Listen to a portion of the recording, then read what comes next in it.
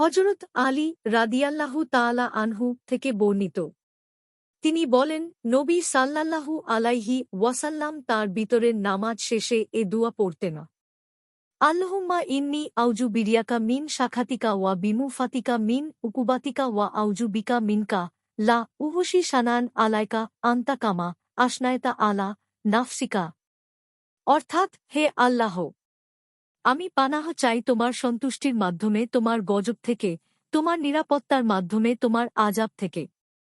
আমি পানাহ চাই তোমার নিকট তোমার অসন্তোষ থেকে। তোমার প্রশংসা বর্ণনা করে আমি শেষ করতে পারব না। তুমি তেমন যেমন তুমি তোমার বিবরণ দিয়েছ। আবু দাউদ, তিরমিজি, নাসাই, ইবনু মাজাহ।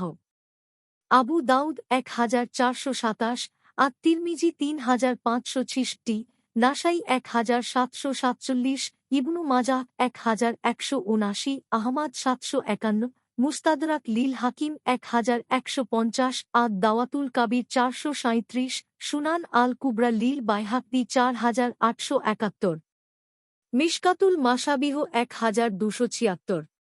হাদিসের মান সহিহ।